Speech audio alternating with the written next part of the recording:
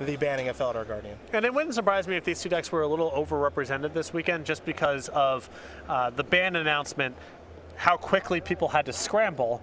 And when you're uncertain, when a lot of your testing has gone out the window, it's pretty easy to pick up old reliable, add a new removal spell, add a new land, and just do that. Hissing Quagmire for Jadine is where we will start things. For Carpenter, it's a Canyon Slew. 3 different ways to pronounce one card. Come on. Unbelievable. Well, I think one of them is a different word. Sla? One of them is like snakeskin. It's a different thing. Oh, okay. And then there's common pronunciation and Americanized. How do you pronounce that card? Heart of Kirin. Busted. Or Kiran, yeah. maybe. Heart of Kirin. Yeah. Kiran. No, Kirin. I go Kirin. Heart of Kirin. That's a good card. It's a good start here for Bradley Carpenter. Jadine will draw. Now the question I think we're going to have to answer in this format is, do we start, because Mardu Vehicles is going to be a thing at least, I believe, for the first couple of weeks, do we start main decking artifact removal, anything like that? Mangle Horns and cycling artifact removal spells, are we there at that point? I think that in decks that are already in the market for that kind of thing, if you're playing with something that wants to play with a lot of creatures and some blinking effects, I think Mangle Horn's already a fine card to be playing. I think that if you want to be playing with cycling cards anyway, and you're playing green, then you can play a couple copies of the cycling Shatter because the opportunity cost is so low. I don't think this is the kind of format, at least week 1, where something like Release the Gremlins in the main deck is appropriate. Toolcraft Exemplar is here, going to turn on the Heart of Kirin. In for 4 comes Carpenter. Klomparens is going to fall down to 16. You also saw a Walking Ballista enter the battlefield with just a single counter. So Jadine will draw and see if she can handle a very good start here from Carpenter. It wasn't one drop into Heart of Kirin, but past that, still a really good start here for Brad Carpenter. Yeah, and the leftovers in Carpenter's hand here, land number 4 plus Gideon Allies in the card plus an unlicensed disintegration and another copy of Walking Ballista. So a great draw here for Carpenter. There are worse draws. There are certainly worse draws. Oh yeah. Catacomb Sifter and a Scion Red Zone. Carpenter going to take 3, fall down to 17.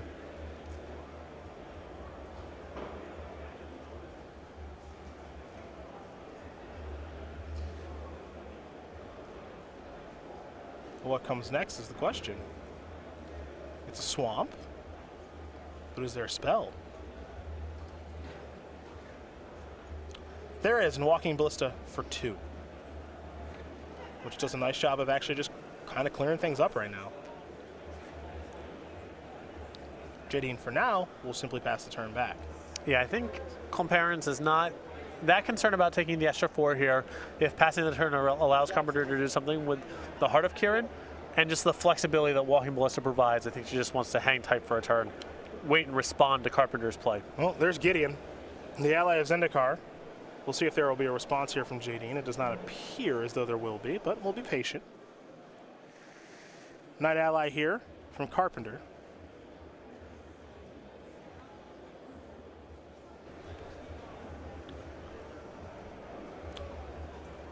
And now the Heart of Kirin will be turned on via a Gideon loyalty counter. Jadine is going to shoot down Toolcraft Exemplar. Looks like with the trigger on the stack. So that is dead. Will there be another move is the question. Looks like not just yet. Attack for 4. Jadine is going to fall down to 12. So as I mentioned, it's a great start here for Carpenter. And the hand actually now is 2 unlicensed disintegration. And that Walking Ballista. So it's a very good hand for Brad Carpenter. But you still don't get the sense that this game is locked up by any stretch. I do not. I still think there's some magic to be played here. Even though Carpenter has drawn, the top end of his deck, one of the better draws for his deck, I still think we've got some magic to be played here.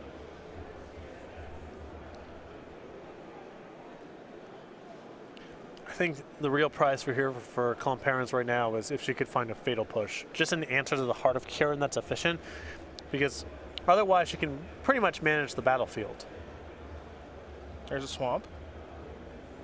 This is Rishkar. Pima Renegade. See what the targets will be. And if Carpenter will respond. Long match.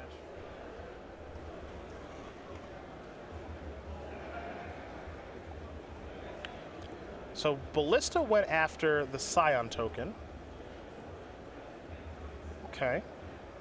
Now some mana will be added here. So all makes sense.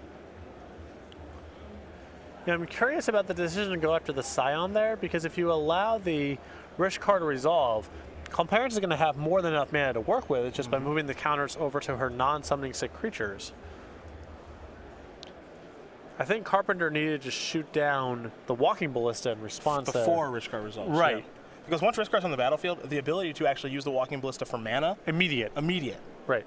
And now, I mean, the battlefield's gotten a lot more tenuous, and now it's also Walking Ballista at 3 versus none. And you see all the time in these Walking Ballista mirrors where, you know, both players want to keep their Walking Ballista on the battlefield, and you want to prevent it from getting too high to completely shut you out of combat.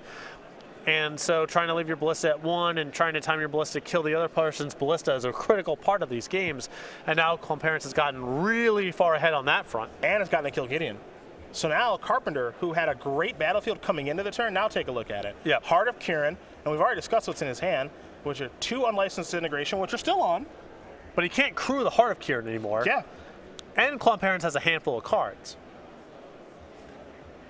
And he has a Walking Ballista in hand. He's simply going to pass the turn back. So now we get into a weird little bit of a game here of, hey, maybe I'll try to bluff a little Avacyn action. That's a card that's generally played in these decks, 2 or 3 copies. Now we know he doesn't have one. We know the hand. It doesn't mean Jadine knows that, though.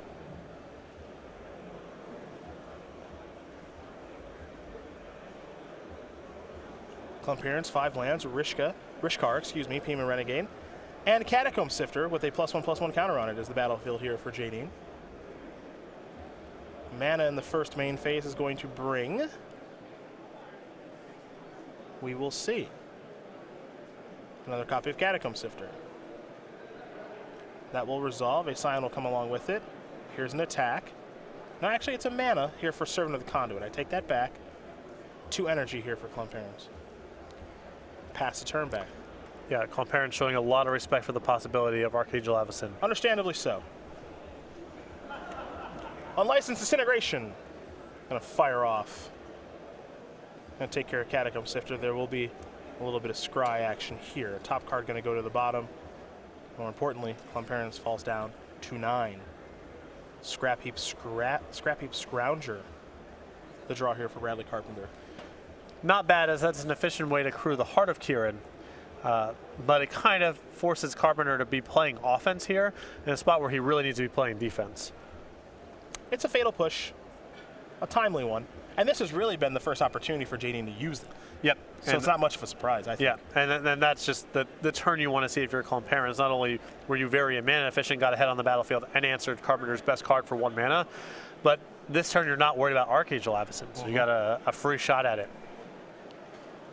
Now, one of these things that these Mardu Vehicles decks, we'll see what's going to come here first before I make this comment.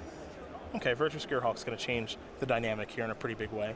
But what I was going to say is one of the things these Mardu Vehicles decks do, they can kind of cheese you out with Unlicensed Disintegration and Walking Ballista. And now Glorybringer is part of that equation too on the burnouts. Cut to ribbons as well. That's true. There's some range that the deck has now that it didn't have recently. And the deck was already known for, I'm at 9, I feel pretty safe, and I kind of got killed out of nowhere by flyers and Unlicensed Disintegration. The Gearhulk is going to divvy up some +1/+1 counters. One on itself to make it a 5/5. Rishkar going to become a 3/3. Servant of the Conduit would become a 3/3. And Catacomb Sifter, a 3/4. And then there's that boring Eldrazi Scion that doesn't get any counters. Here comes some beatdowns. And of course, Scrap Heap Scrounger can't block for multiple reasons. 1, it says can't block on the card end. 2, it's tapped. Unlicensed Disintegration is going to bring Klomparens down to 6. And I like that patience there, that discipline from Klomparens to leave back the Scion token, respecting the possibility of Carpenter having another removal spell for the Virtuous Gearhulk, willing to give up 1 point of damage to make sure she could chump block on the way back should the Gearhulk die.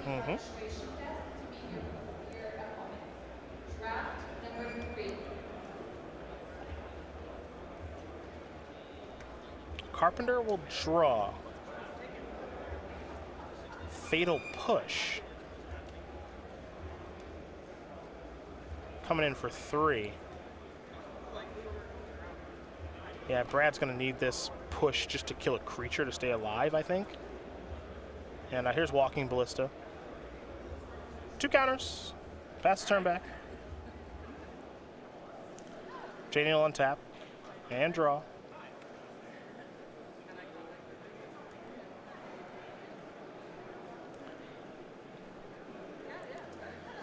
So Carpenter needs help. Even if he chump blocks and shoots Klomparens down to 4, he's still a point short.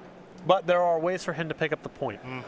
And he has a Fatal Push left over to potentially clear out a blocker should Klomparens have a smaller creature in her hand.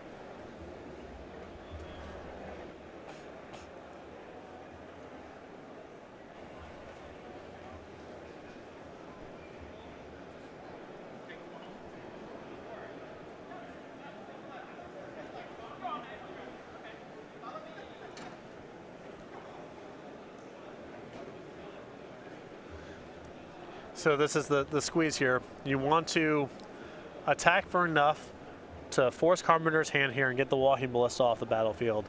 But you don't want to attack with so much that between the Scrounger and whatever leftovers Carpenter can have, that you get killed. Yep.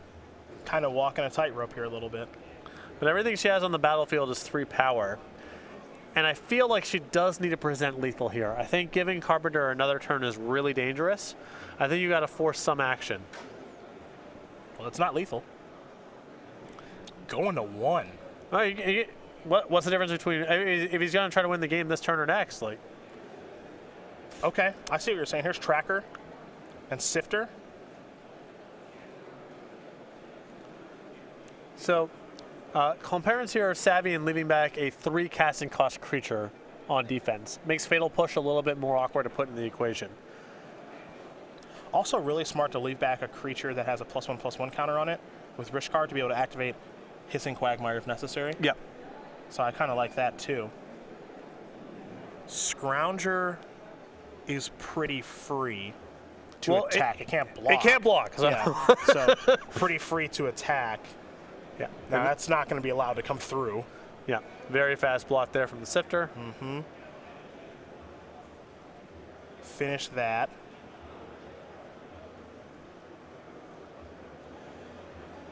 There's a push here for Carpenter. 4 creatures. This is going to be tough for him to wiggle his way out of. Here's Thalia. I just don't know how he does it, if he finds a way. And Klomparens played this, I think, very sharp because there was no way for her to survive 4 points of damage from something like Glorybringer. But the way that she did set it up, I think covered her from pretty much anything else. I guess Unlicensed Disintegration still would have done it. Would have been a problem. But there would have been no way for her to play around that either. Would have also been the 3rd copy. Yeah. Not a lot you can do there.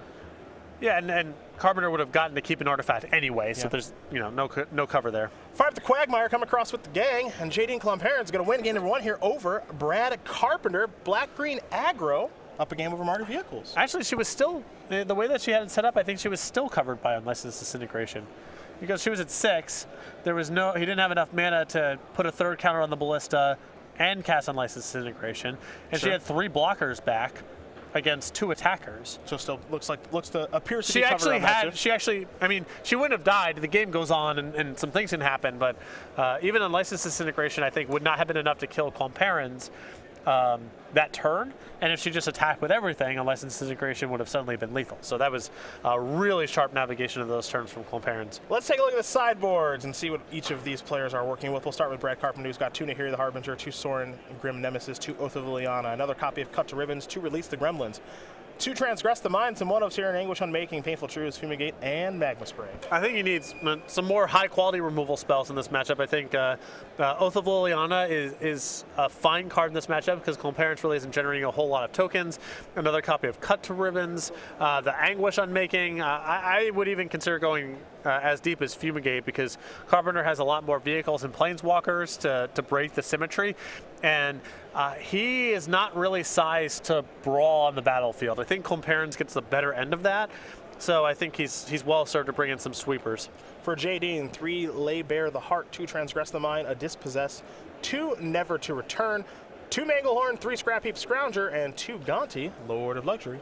It looks like she is going to the sideboard here and going fairly deep. My initial instinct was do nothing. I think the 2 copies of Never to Return are probably fine, but I think she has a very well set up deck game 1 for this matchup already. Well, the thing that Mardu Vehicles was doing in the previous standard format is they could go very big and very long against this particular deck. They would board in Planeswalkers, both medium and large, all the way up to the top rope with Sorin. They could board in Fumigates. They could board and release the Gremlins because there are some artifacts to kill here in Walking Ballista and Virtual Skewerhawk.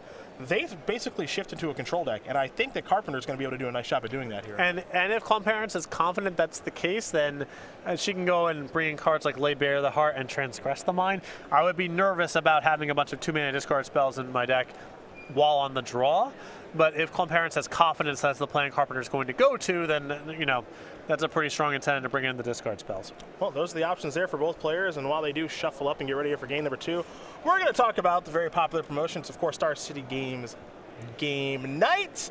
Now this, as you know, this is where you make the big bucks, so I'm going to let you take over. Well, you can head over to go.starcitygames.com/game-night and find more information about Game Night. Every month we generate new kits with pins and tokens we send to the stores that are signed up for Game Night. The stores themselves can then set up Game Night for however they want to, any day of the week, any format, sanctioned, unsanctioned. Just get players in your store on a regular basis for some fun and friendly magic. I haven't seen the next wave of kits here. I know. So this is the May kit will be hit there, I believe Monday is the 1st. That's so correct. Be playing for this soon at your Game Night. It's Imperious Perfect, but purr spelled like a cat purring instead of perfect like a without flaw. That's the May kit.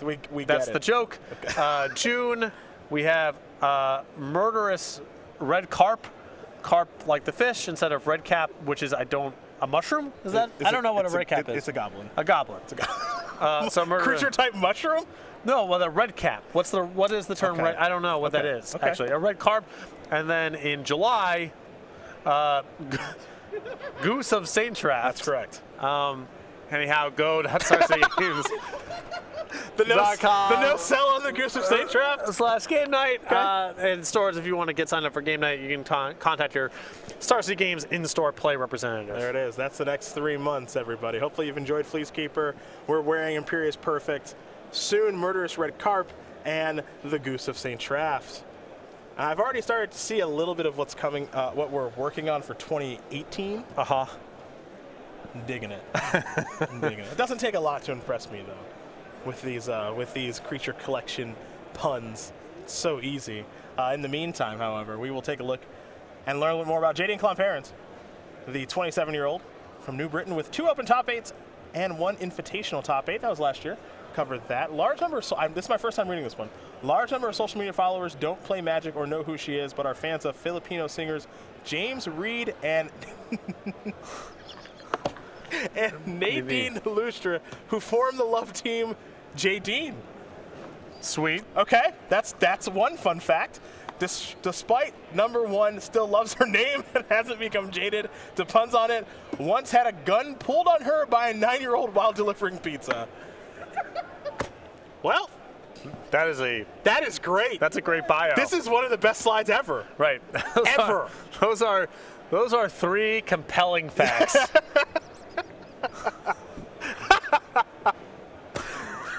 Now we know more about JD. This is really good. This is really good. I will say this. She has written some of the best articles thus far. I got to give her a lot of credit on that. Her articles are great. She's got some real writing chops in the way that she views the game. Getting a gun pulled on you while delivering pizza by a 9-year-old, that's tough. That is tough. Got to find an office job. See, initially, my favorite player slide to read over the past handful of years is Michael Majors because of the Applebee's jokes. No, I think the youngest Kiefer with his also great. The one of the slides is like in the 4th grade or whatever. Yeah, Quinn. Yeah, that one is really good. Those are great slides. The whole Kiefer family's got great slides. I love the Majors ones and Tom Ross as well. But Jadine, I think, currently the champion of player slides. Had a gun pulled on her by a 9-year-old while delivering pizzas. That is a intense fact. I just want to know what kind of pizza. That's what I'm interested in. Jadine for now, no guns, just a Servant of the Conduit. For Brad Carpenter, he started things off with a Scrap Beef Scrounger and a 3-man Inspector. Fatal Push going to take care of the Servant of the Conduit. Here comes an attack for 4. Can't forget that Activity Clue token as well. And this is the kind of draw that makes me really nervous about going too deep with the discard spells while on the draw, because this can still happen. I know the deck's set up to go a little bit deeper and play with more Planeswalkers and try to win the game with 5 and 6 drops, but this draw is still part of the range, and if you are playing with too many copies of Transgress the Mind, again, especially on the draw, you can just get run over. Yeah, here's the thing that's tough, because I played Motor Vehicles at 2 Grand Prix, so I've got a pretty good knowledge of the deck. And when you're playing against Black-Green, you're moving out Toolcraft Exemplar, you know, because you're dies to Grass, dies to Push, dies to Ballista. Just doesn't brawl. Just doesn't really brawl very well. Rishkar eats it. Yeah. Not very good. You're going to probably board out some number of Heart of Kierans, and especially now, where they have so much more artifact removal, you're going to board out some number of those as well. And you could still do this. But you were trying to, you know, Gideon and Avacyn and Nahiri and Sorin and, you know, control their battlefield, exhaust them, and then win with your leftovers. Yep. But Scrap Beef Scrounger is very difficult for any build of Black-Green to beat. It's one of your very best cards in the matchup. And as you can see now, using a womp womp. Yeah, a removal spell never to kill a creature that can come back. It doesn't even exile it. Now Carpenter doesn't, he's going to sacrifice a clue here. So he'll draw a card, and this is kind of part of the exhaust you strategy. Now he's going to keep an artifact around because he has a Spire of Industry. He might have some other artifact cards matters. And while these chip shots here with 3-man Spectrum may not seem like much, Klomparens already down to 8, and now here's maybe the best card in the format. Yeah, and Carpenter not sacrificing the last clue there, a pretty loud indicator that he has an Unlicensed Disintegration in hand, because it's his lone artifact, both for Unlicensed Disintegration and to generate red mana off of Spire of Industry. And you can see the hand, 2 pushes, and that Unlicensed Disintegration that you were pretty sure he had. This is what makes this deck so tough. Now, is this deck beatable? Yeah, I think it is. But it is the flexibility of this deck to be able to switch into a control deck, but still sometimes present aggressive draws that you can't really prepare for. Here's a Catacomb Sifter. Sign going to come along with it.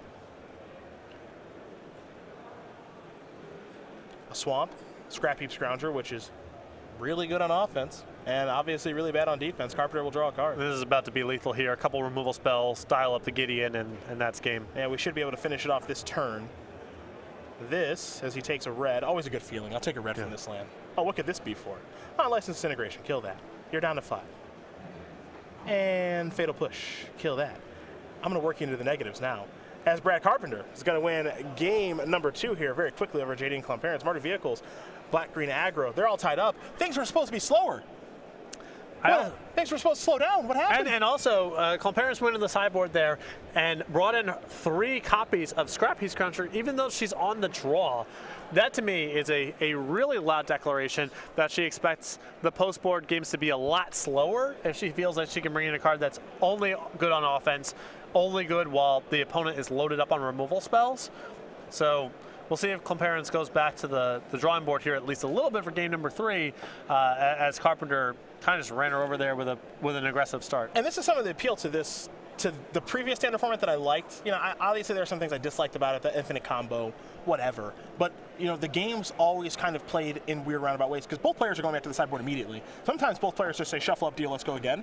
Both players, I'm on the play now, things change. I'm on the draw now, things change. Yeah, I think both Motor Vehicles and Saheeli Rai were decks that were not scripted. A 10-game sample against those decks, you were going to get a pretty wide range of experiences. Game number 3 going to be underway here in just a moment between Jadine and Brad, but some of you may know, most of you probably do, that next weekend StarCityGames.com is hosting Grand Prix Richmond. It'll be your first opportunity to play in a really large Amonkhet sealed format. I've been playing a lot of Amonkhet Limited recently, up to and including actually embarrassing myself on StarCityGames.com with the videos I presented. Oh, so nice. Some games have been good, others have been horrifying. Yep. But it's a really fun, dynamic format. You can play that format next weekend in Richmond and learn more about that tournament right now. On May 5th through the 7th, make plans to be part of Magic the Gathering history when StarCityGames.com proudly presents Grand Prix Richmond. Play in the Amonkhet Limited format main event to compete for thousands of dollars in prizes and a spot on the Magic the Gathering Pro Tour. Select the 3-day Infinite Challenge package to compete in all challenge events for one low price, while also walking away with the exclusive Glory Bound Initiate playmat. All Friday challenges are also Grand Prix trials. Come out early and compete for buys in the main event and more chances to claim a Glory Bound Initiate playmat. Prefer 100-card formats? Register for the Ultimate Commander package to play in 4 Commander on-demand events and take home a Commander vs. Playmat and Ultimate Guard Boulder deck case. Want to play on Magic's grandest stage? Compete in the Pro Tour qualifier on Sunday and receive a Progenitus foil promo card just for playing, plus the chance for an invitation to Pro Tour Hour of Devastation in Kyoto, Japan. And don't forget to come say hello to Grand Prix Richmond's many special guests, including cosplayer Vanessa Martin and an artist alley full of fan favorites headlined by guest of honor John Avon. Be part of Magic the Gathering history. Register for Grand Prix Richmond today.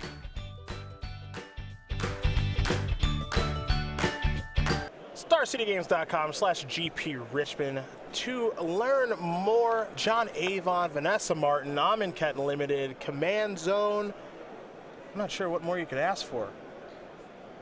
Jeremy Noel will be there. Week before the Pro Tour. Yeah, week before. It's going to be nice. Good energy in the room. It is going to be a nice weekend.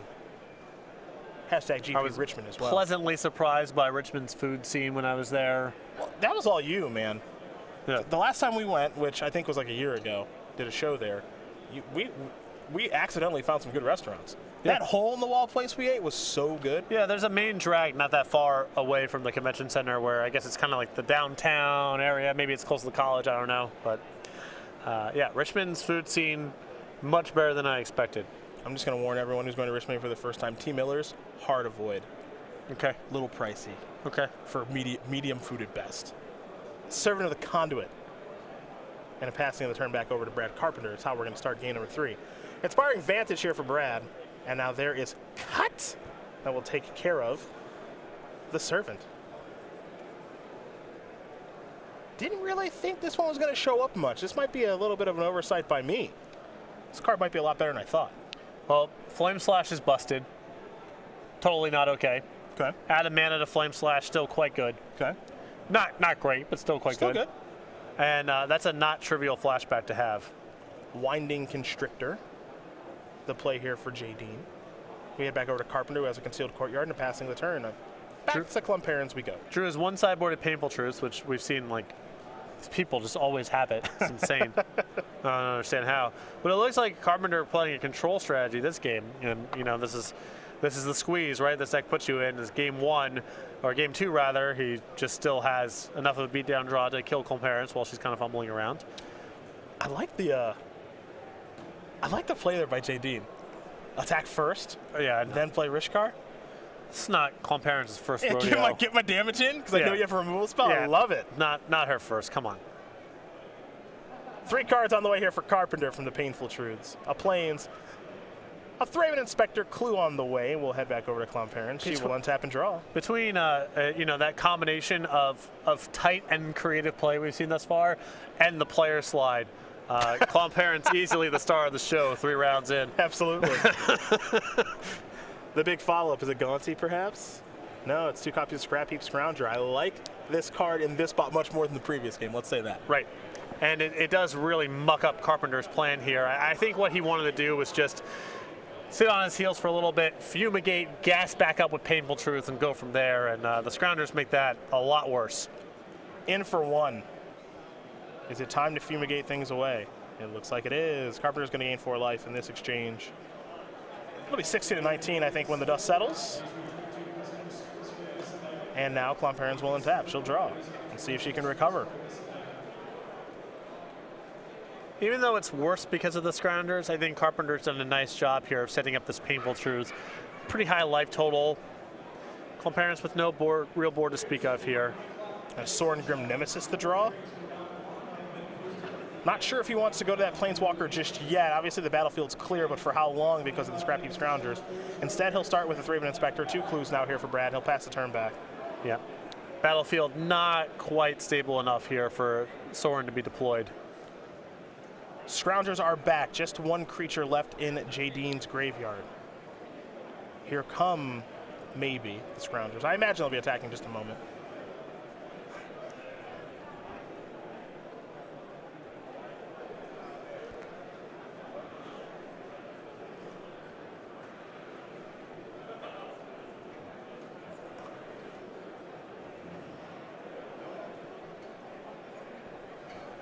And remember, she's still got to worry about Archangel Avacyn in these spots too. Of course. Although with the Scroungers, it's kind of a freebie because they can't block anyway. You still have a creature in the graveyard to get one of them back. What else are they doing? Yeah, they're best served attacking, but you can think about it for a bit. Maybe contemplating pumping before. I mean, if Virtuous Gearhulk is part of this equation, then it's really complicated. You going towards Shambling Vent maybe? Not just in License Disintegration? That's a big win for Klomparens. Yeah. That's one less of those that's going to kill a Gearhulk, a Constrictor, whatever. They're chasing Quagmire. 4 mana. Ballista for 2. Pass it over. Maybe time for a Fatal Push? Sack a Clue? Who knows? Sack a Clue. Do the 2 mana thing while you got 2 mana laying around. No rush to Fatal Push that Ballista. Okay. Do it next turn if you want to. A couple copies of Scrap Heap Scrounger have been drawn. Carpenter will play a Spire of Industry.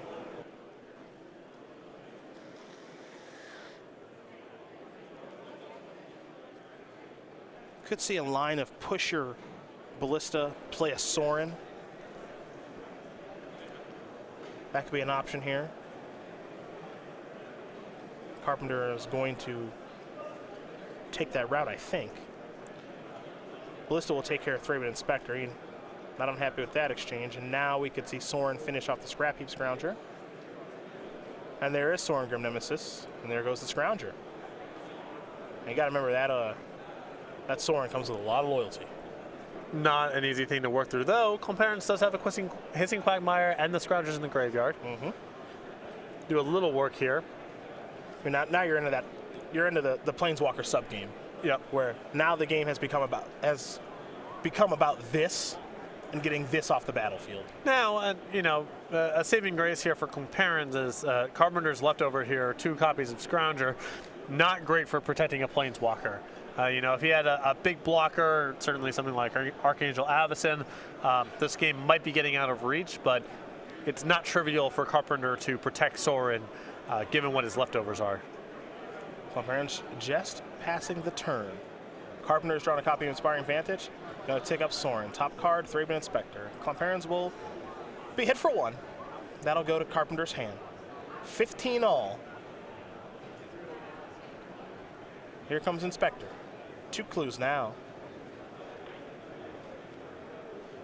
I don't like this sequencing here from Carpenter. I think the first order of business should have just been sacking a clue.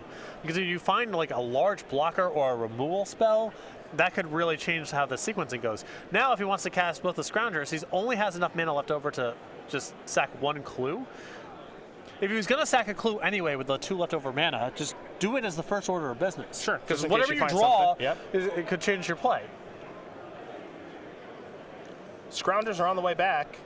And now, if Klomparens has a removal spell for the Thraben Inspector, Carpenter's just down the Sorin. It's gone. Yeah, that's true. So, and maybe he draws nothing, or maybe he makes this line of play anyway, but at least give yourself the information first.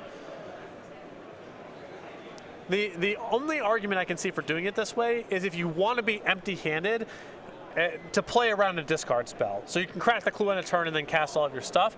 That, to me, given how long the game has gone on for, how many opportunities Klomparens has had to cast discard spells, that feels like a lower priority to me than drawing something like Avacyn or Gideon. That totally changes what your line of play would be. Now here's Walking Ballista for 3, so this Sorin gets basically dead now. Right. And this was kind of what Carpenter has sculpted the game around at this point. He kind of needs us to generate card advantage to stay ahead. I mean, Carpenter's position is still not that bad. He's got 2 clues to work with. He's got the Scroungers. There's a block. Sorin's going to fall down to 2, finish it off. Swamp, pass the turn back. Carpenter will sacrifice a clue. Didn't get a great look at what the draw was. It was Gideon. Yep, that would have changed the turn a little bit. Right. But also keep in mind here that Carpenter, I believe, still has cut to ribbons in the graveyard. He does. And Klomparens can't really block, so it's possible he wins this game just by getting in for 6 points of damage this turn, You know, it's unlikely, I guess, he gets to 11 mana, but you're getting one more shot somewhere else, pick up a point from somewhere, you draw a Disintegration, that could be enough to burn the game out. Look, this might be a little aggressive here. Emblem? Are you embleming? Yeah, I could see embleming, because what you do is you push the Ballista, you emblem, you get in for 8. No, yeah, I love this. You can just turn on the Ved. Also that. It's the same. It guarantees 4 points of damage the same way. Yeah. You know. And then once Klomparens is at, because now you're getting in for 8 points of damage here. Klomparens is going to fall down to 7, and Carpenter has enough to ribbons for 1, 2, 3, 4, so for 1 short. And he's going to crack a clue now. Draw, didn't get a great look at it, but if it's a land, life is great. There's your Gideon emblem. So let's take a look at Cut Ribbons this game, because you think about it, Cut killed a creature early. A Servant. Yeah, it killed Servant of the Conduit to prevent Jadine from maybe ramping very quickly, doing anything. And now many turns down the road, many turns down the road, is giving Carpenter the reach that he needs to close out this game, and he's only playing 1 copy in his main deck. Might be a really good addition to this deck and other strategies like this. Yeah, people historically undervalue flashback cards because their brain works in imagining the optimal scenarios, and you know, why would I ever want to play 4 mana to flash back my Call of the Herd? A 4 mana 3/3 is not a very good deal. It's a bad deal because it's free. Yeah, and Cut to Ribbons in this game is going to be free. It was 2 mana for 2 mana, and on the draw, you know, breaking serve and killing at even mana is already a good exchange. And now, just the presence of that card in the graveyard is causing Klomparens some restraints. And if it doesn't work out that way, where it's lethal this turn or Klomparens gains some life, it's not like it costs Carpenter or anything. It's free. Rishkar. Gonna put some +1/+1 counters here. Follow up. 5 mana. Gearhulk. Creatures are large. Klomparens empty-handed now. Yeah, I think Klomparens just trying to set herself up for lethal next turn if possible. She can't be an untapped land.